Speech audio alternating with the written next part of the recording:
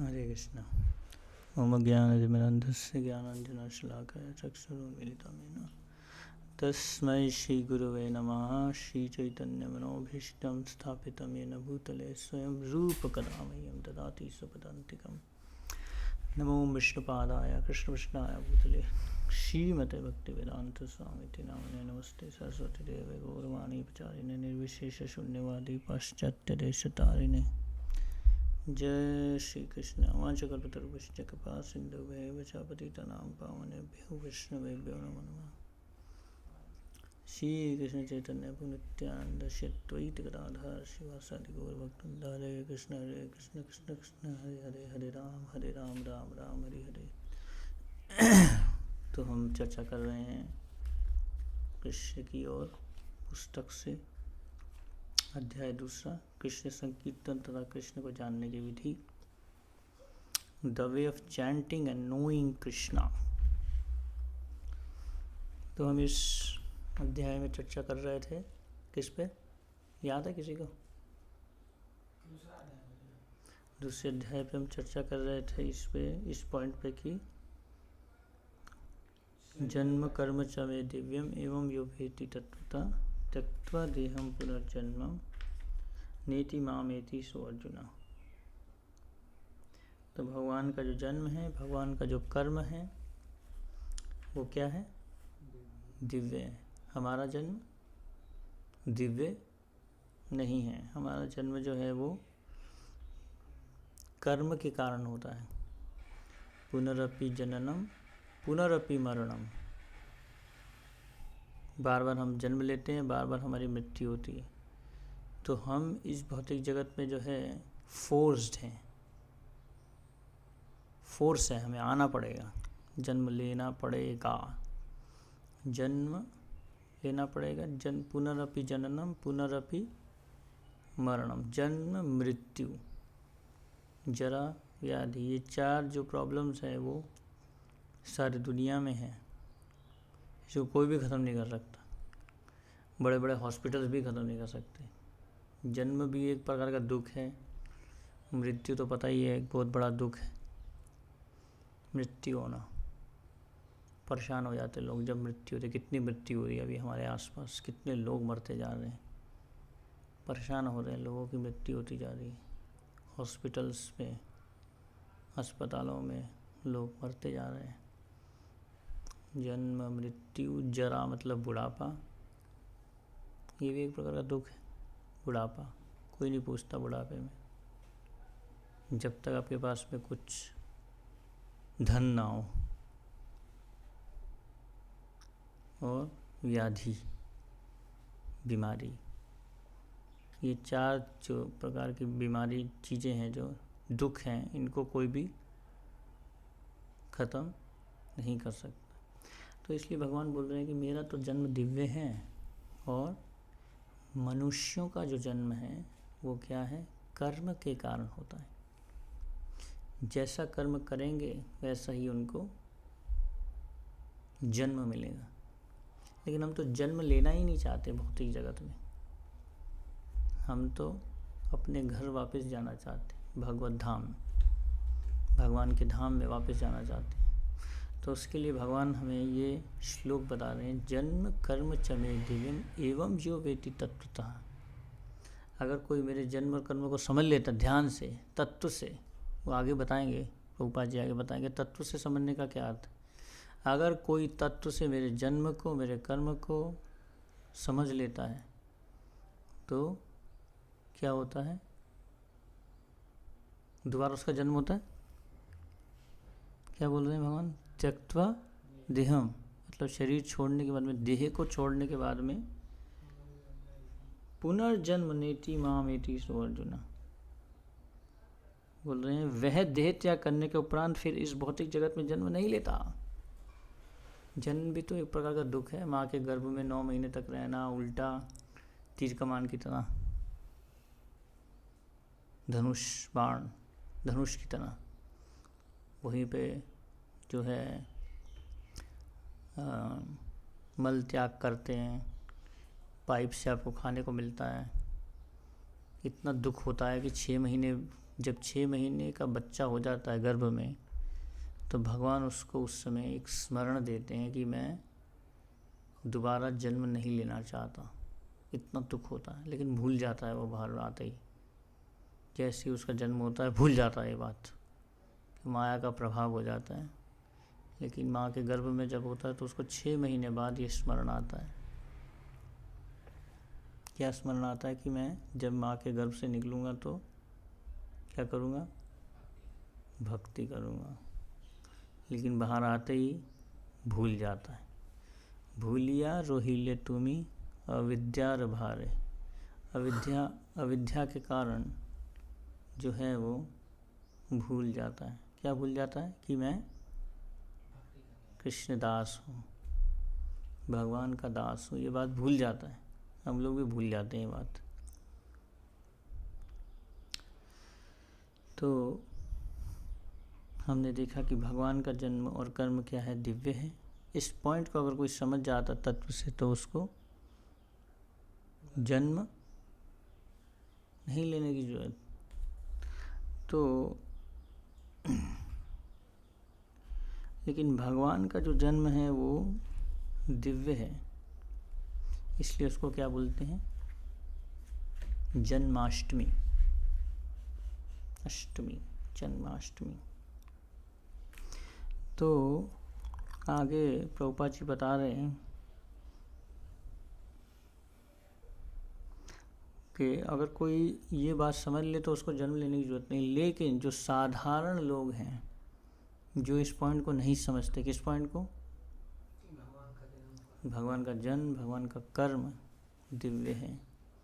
एक बहुत बड़े कथाकार ने थोड़े समय पहले भगवान कृष्ण के चरित्र पर जो है बहुत ज़्यादा गलत बातें बोले कि ये तो कृष्ण का और बलराम जी का चरित्र अच्छा नहीं है। इसका मतलब वो भगवान के जन्म और भगवान के कर्म की दिव्यता को नहीं समझते। समझ रहे हैं? तो इसलिए उनको दोबारा जन्म लेना पड़ेगा इस भौतिक, जब तक व्यक्ति इस पॉइंट को सही तरीके से नहीं समझ जाता।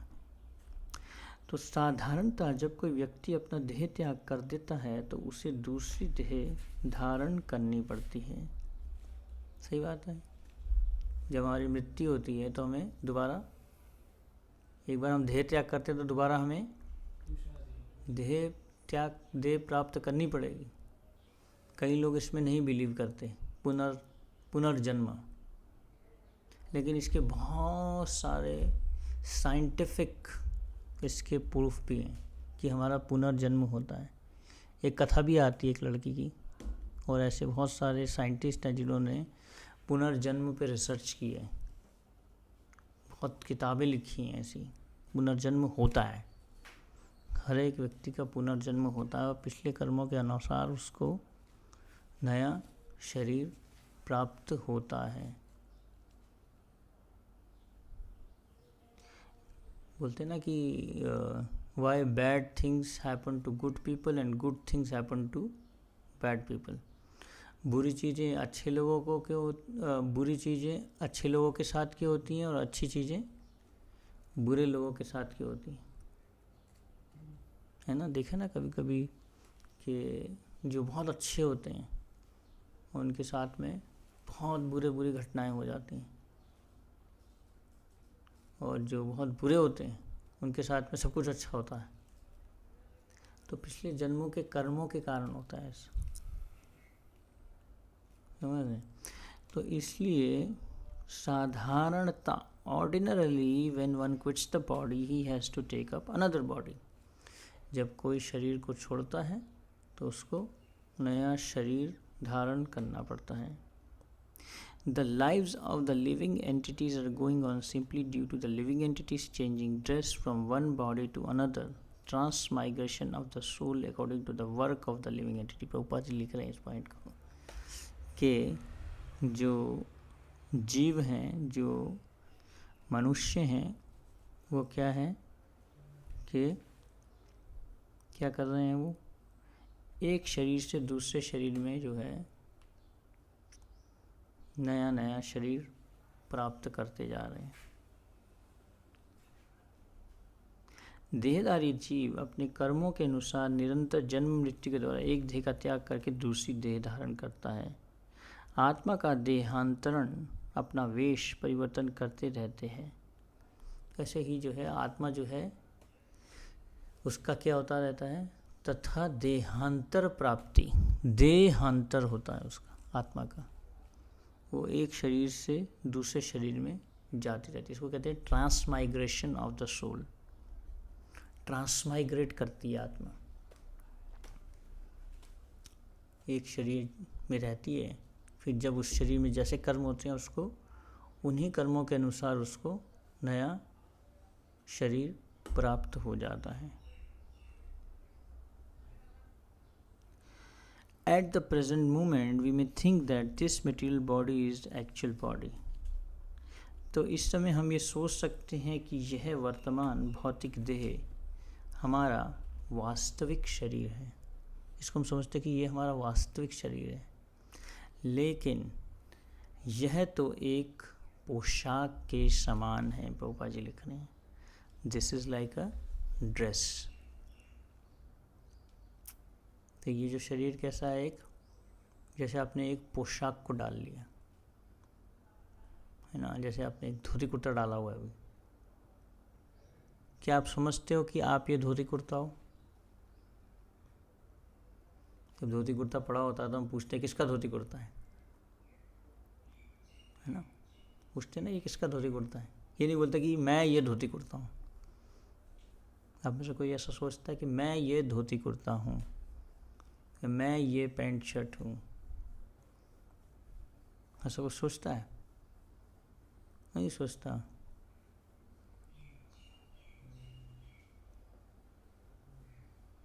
तो प्रभुपाद जी बोल रहे हैं कि ये जो शरीर है वो क्या है, किसके समान है? पोशाक के समान है, ड्रेस के समान है ना। जैसे आपने ड्रेस डाली हुई है, हम ये नहीं सोचते कि ये ड्रेस मैं हूँ है ना। अभी इस ड्रेस का भी जो है एक एक्सपायरी डेट होता है, ये भी 3 महीने 6 महीने चलता है, उसके बाद में फट जाता है। उसके बाद में भी भक्त लोग उसको प्रयोग करते रहते हैं, किसी ना किसी तरीके को बोचा बना लेता है, कोई कुछ कर लेता है, अलग अलग तरीके से इसको यूज़ करते रहते हैं फटने के बाद में भी, लेकिन ज़्यादा समय नहीं यूज़ कर सकती। इसका एक एक्सपायरी डेट होता है कि इस टाइम के बाद में जो है ये इसकी अवधि ख़त्म हो जाएगी, इसके बाद में आप इसको प्रयोग नहीं कर सकते। इस धोती कुर्ता को, इस पोशाक को, कोई भी पोशाक है हमने जो डाली है, हम उसको ज़्यादा समय तक नहीं प्रयोग कर सकते। तो प्रभुपाद जी इसी पॉइंट को लिख रहे हैं कि हम लोग इस समय हम सोच सकते हैं कि यह वर्तमान भौतिक देह हमारा वास्तविक देह है, लेकिन ये तो एक क्या है, पोशाक के समान है। वास्तव में हमारा वास्तविक शरीर भी होता है और वह है हमारा आध्यात्मिक शरीर। जीव का यह स्थूल भौतिक शरीर उस असली सूक्ष्म आध्यात्मिक शरीर के सामने केवल ऊपरी दिखावा है। तो ये जो शरीर क्या है हमारा, एक दिखावे के समान है। असली शरीर क्या है हमारा, आध्यात्मिक शरीर है। हमारा 3 प्रकार का शरीर होता है, पता है आप लोगों को? 3 प्रकार का शरीर होता है। एक होता है स्थूल शरीर जो 5 तत्वों से बना होता है, भूमिर आपो नलो वायु खम मना बुद्धि रेवचा अहंकार इत्यम में भिन्ना पर। तो ये जो स्थूल शरीर है 5 तत्वों से बना है, earth water air fire ether, 5 तत्व, पृथ्वी जल वायु आकाश और अग्नि, ये 5 तत्वों से जो शरीर है वो क्या बना है, स्थूल शरीर, ग्रॉस बॉडी जिसको कहते हैं। उसके बाद में होता है सूक्ष्म शरीर। सूक्ष्म शरीर 3 तत्वों से बना है। कौन कौन से 3 तत्वों से बना है? मन, बुद्धि और अहंकार, है ना। तो ये वाला श्लोक 7वें अध्याय में भगवान कृष्ण बता रहे हैं भूमिरापो नलो वायु खम मनः बुद्धिरेव च अहंकारायत्यम में भिन्ना प्रकृति अष्टदा। ये जो है 5 तत्वों से बना हुआ है एक शरीर बना हुआ 3 तत्वों से। ये स्थूल शरीर है और एक सूक्ष्म शरीर है। लेकिन इस सूक्ष्म और स्थूल शरीर के आगे भी एक और शरीर है। वो क्या है? अपरयामितस्त्वन्यम प्रकृति विद्धि में प्रमाम जीवभूता महाभाव ये दम धार्यते जगत। इससे आगे जो शरीर है वो कौन सा है? हमारा आत्मा। अपरयम इतस्तुन्यम प्रकृति विद्धि में परम। तो जो आत्मा है वह हमारा असली आध्यात्मिक शरीर है। जीव का ये स्थूल भौतिक शरीर उस असली सूक्ष्म आध्यात्मिक शरीर के सामने केवल ऊपरी दिखावा। ये एक प्रकार का क्या हो गया? एक प्रकार का आपने पोशाक डाल लिया, एक दिखावा कर लिया।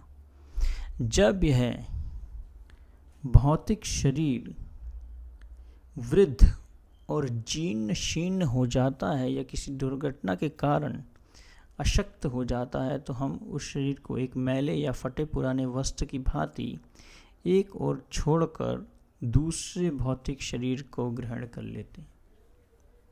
तो जब ये शरीर क्या हो जाता है? बूढ़ा हो जाता है। जैसे कपड़े फट गए, क्या करते हो? उसको रखते हो क्या? तो उसी प्रकार से भगवान भी जो है, हम उस कपड़े को, इस शरीर को क्या करते हैं? कितने सालों तक? 60 साल, 70 साल, 80 साल, 90 साल, 100 साल तो आजकल कोई नहीं जीता है ना। श्रीमद् भागवतम बताया कि अभी जो आयु है वो बहुत ही कम होती जा रही है कलयुग में। कमल दल जल जीवन तल मल भजगु हरि पद नीति। मृत्यु का पता ही नहीं है। जरूरी थोड़ी ना कि हम 60 साल जिएंगे, 70 साल जिएंगे, अगले क्षण नहीं पता क्या हो जाए। लोग बड़ी बड़ी प्लानिंग करके रखते हैं फ्यूचर के बारे में, क्या क्या करेंगे क्या नहीं करेंगे। ऐसी प्लानिंग चलती है फ्यूचर के लिए, भविष्य के लिए। तो इसलिए यहाँ पे बताया जा रहा है कि when the material body becomes old and worn out or when it is rendered useless by some accident, we put it aside as we might push aside a spoiled or ruined suit and take up another material body. तो जब हम फटे पुराने कपड़े हम छोड़ देते हैं तो क्या करते हैं? हम नए कपड़े पहन लेते हैं। उसी प्रकार से भगवद गीता में बताया गया है, वांसासि जीर्णानि यथा विहाया नवानि गृह्णाति नरोपराणि तथा शरीराणि विहाय जीर्णानि नयानि संयाति नवानि देहि। जैसे कोई पुराने वस्त्रों का त्याग करके नए वस्त्र धारण करता है, उसी प्रकार यह आत्मा भी पुराने शरीरों का त्याग करके नए भौतिक शरीरों में चला जाता है। पुराने शरीर को छोड़ देता है, नए शरीर को प्राप्त कर लेता है। कैसे प्राप्त करता है? अपने कर्मों के अनुसार, उसके हृदय में क्या क्या इच्छाएं हैं उसके अनुसार हमें नया शरीर प्राप्त होता है। इसलिए 84 लाख योनियाँ बताई गई। अगर उसने गलत कर्म किए हैं, पाप कर्म किए हैं तो निकृष्ट योनियों में जाता है। अगर अच्छे कर्म किए हैं तो ऊपर की योनियों में जाता है, जिसमें मनुष्य योनि जो है वो सबसे महान योनि बताई गई। और मनुष्य योनि में भी जो है भक्त का शरीर प्राप्त करना, एक वैष्णव के घर पे जन्म लेना, ये सबसे महान बताया गया है। तो इसलिए जो साधारण व्यक्ति है जब वो शरीर छोड़ता है तो उसको नया शरीर प्राप्त करना पड़ता है। लेकिन जो भक्त है, अगर वो भगवान के नाम को स्मरण करता है, अगर वो भगवत भक्ति करता है, भगवान के जन्म कर्म के बारे में समझता है कि ये दिव्य हैं, तो उसको नया शरीर प्राप्त करने की ज़रूरत है नहीं है। उसको नहीं मिलेगा फिर, ये वाला भौतिक शरीर नहीं मिलेगा, फिर उसको दिव्य शरीर मिलेगा जो दिव्य गुणों से भरा हुआ है। सत चित आनंद वाला शरीर मिलेगा। भगवान का भी शरीर सच्चिदानंद है और हमारा शरीर भी सच्चिदानंद है। हमें भी जो है सच्चित आनंद वाला शरीर मिलेगा। प्रारंभ में जीव का शरीर एक मटर के दाने जितना होता है, फिर वह क्रमशः शिशु, बालक, किशोर, तरुण, प्रौढ़ और वृद्ध होता हुआ अंत में अशक्त और व्यर्थ होकर दूसरा शरीर बदल लेता है। अतः शरीर निरंतर परिवर्तित होता रहता है और मृत्यु तो हमारे वर्तमान शरीर का अंतिम परिवर्तन मात्र ही है। तो मृत्यु क्या है? एक अगला शरीर मिल गया। तो प्रभुपाद जी यहाँ पे बता रहे हैं कि जैसे हमें पहले हमारा शिशु का शरीर था, वो वाला शरीर कहाँ गया? उसका फ़ोटो देखेंगे तो देखेंगे अरे ये तो इनका फ़ोटो है, लेकिन वो तो शरीर मर गया। वो फिर बालक का शरीर मिला, वो भी चला गया। फिर किशोर का शरीर मिला, वो भी चला गया। अभी तरुण का शरीर है, फिर प्रौढ़ का शरीर मिलेगा, फिर वृद्ध का शरीर मिलेगा। पुराने जितने शरीर हैं वो छूटते जा रहे हैं हमारे। एक ही जीवन में हम देख सकते हैं कि कैसे जो है आत्मा अलग अलग शरीरों में ट्रांसमाइग्रेट हो रही है, देहांतर हो रहा है आत्मा का। एक एक नए नए शरीर में जाती जा रही है, नया नया उसको शरीर मिलता जा रहा है ना। और मृत्यु तो हमारे वर्तमान शरीर का अंतिम परिवर्तन है। तो इसलिए भगवद गीता में बताया गया, देहिनो अस्मिन् यथा देहे कौमारम यौवनम जरा तथा देहांतर प्राप्ति धीरस्तत्र न मुह्यते। जैसे देहधारी जीवात्मा को इस शरीर में क्रमशः कुमार अवस्था, युवावस्था और वृद्धावस्था प्राप्त होती है, वैसे मृत्यु होने पर अन्य देह की प्राप्ति भी होती है। धीर व्यक्ति ऐसे परिवर्तन से मोहित नहीं होता। जो धीर व्यक्ति है वो कभी भी इस परिवर्तन से मोहित नहीं होता। कभी हम रोते हैं कि जब हमारा जो बचपन वाला शरीर चला जाता है, कोई रोता है? लेकिन जब कोई जब बुढ़ापे के बाद में अपना जब शरीर छोड़ देता है, नया शरीर जब उसको प्राप्त होता है, तो लोग रोने लग जाते हैं, चला गया, वो तो खराब हो गया शरीर, तो फेंकना पड़ेगा उसको। तो ना उसमें आप खा सकते हो उस शरीर के द्वारा, ना कुछ जीवन जी सकते हो। इसलिए भगवान क्या करते हैं? नया शरीर दे देते हैं। लेकिन लोग क्या करते हैं? उसमें रोते हैं, आसक्ति के कारण रोते हैं, परेशान हो जाते हैं। नकली रोते हैं, वैसे तो असली तो नहीं रोते। प्रभुपाद जी बोलते हैं शमशान वैराग्य आ जाता है, थोड़ा सा झूठा होता है वो, क्रोकोडाइल टीयर्स जिसको कहते हैं। तो इसलिए जो धीर व्यक्ति है वो कभी भी शरीर छूटने से मोहित नहीं होता, परेशान नहीं होता कि अरे शरीर छूट गया ये तो, है ना। तो आगे प्रभुपाद जी बता रहे हैं कि शरीर के बदल जाने पर भी शरीर में रहने वाला जीव वही रहता है।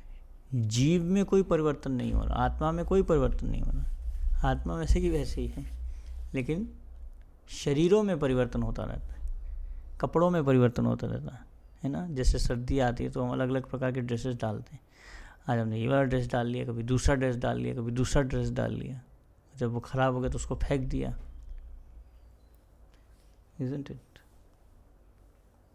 यद्यपि बालक युवक हो जाता है, तथापि उसके शरीर में रहने वाला जीवात्मा नहीं बदलता। ऐसा नहीं कि वह जीवात्मा जो उस शरीर में बालक के रूप में था वह कहीं चला गया है। आधुनिक चिकित्सा विज्ञान भी स्वीकार करता है कि यह भौतिक शरीर निरंतर बदलता रहता है। जैसे मनुष्य इस परिवर्तन में चिंतित नहीं होते, वैसे ही ज्ञानी पुरुष इस शरीर के अंतिम परिवर्तन अर्थात मृत्यु के समय भी उद्विग्न नहीं होते। परंतु जो मनुष्य वास्तु स्थिति को यथार्थ रूप में नहीं समझता वह शोकाकुल होता है। भौतिक दशा में हम सदा देहांतर करते रहते हैं, यही हमारी व्याधि है। ऐसा नहीं है कि हम सदा मनुष्य शरीर ही प्राप्त करते हैं। हमारे कर्म अनुसार कभी हम पशु या देव शरीर भी प्राप्त कर सकते हैं। तो देवता का शरीर भी व्यक्ति पा सकता है ना। जैसे हमने बताया कि मनुष्य में भी जो है अलग अलग योनियाँ हैं, तो मनुष्यों में भी जो देवताओं का शरीर है वो तो सबसे महान है। पद्म पुराण के अनुसार 84 लाख योनियाँ हैं। मृत्यु के उपरांत हमें इनमें से कोई भी योनि प्राप्त हो सकती है, किंतु श्री कृष्ण आश्वासन देते हैं कि जो व्यक्ति उनके जन्म और कर्म के रहस्य को तत्वतः समझता है वह जन्म मृत्यु के इस चक्र में नहीं फंसता। तो उसको 84 लाख योनियों में फंसने की जरूरत नहीं है। जो क्या समझ ले? भगवान का जन्म, भगवान का कर्म क्या है? दिव्य है। तो आगे बताएंगे कि भगवान का जन्म और कर्म कैसे दिव्य है, इसको तत्व से समझने का क्या अर्थ है, ये अगले चर्चा में प्रभुपाद जी आगे बताएंगे कि भगवान के जन्म और कर्म को समझना कि ये दिव्य है, ये अगली चर्चा में प्रभुपाद जी इसको बताएंगे। तो हम कैसे समझ सकते हैं इस चीज़ को। हरे कृष्ण। श्रील प्रभुपाद की जय। गौर भक्तवृंद की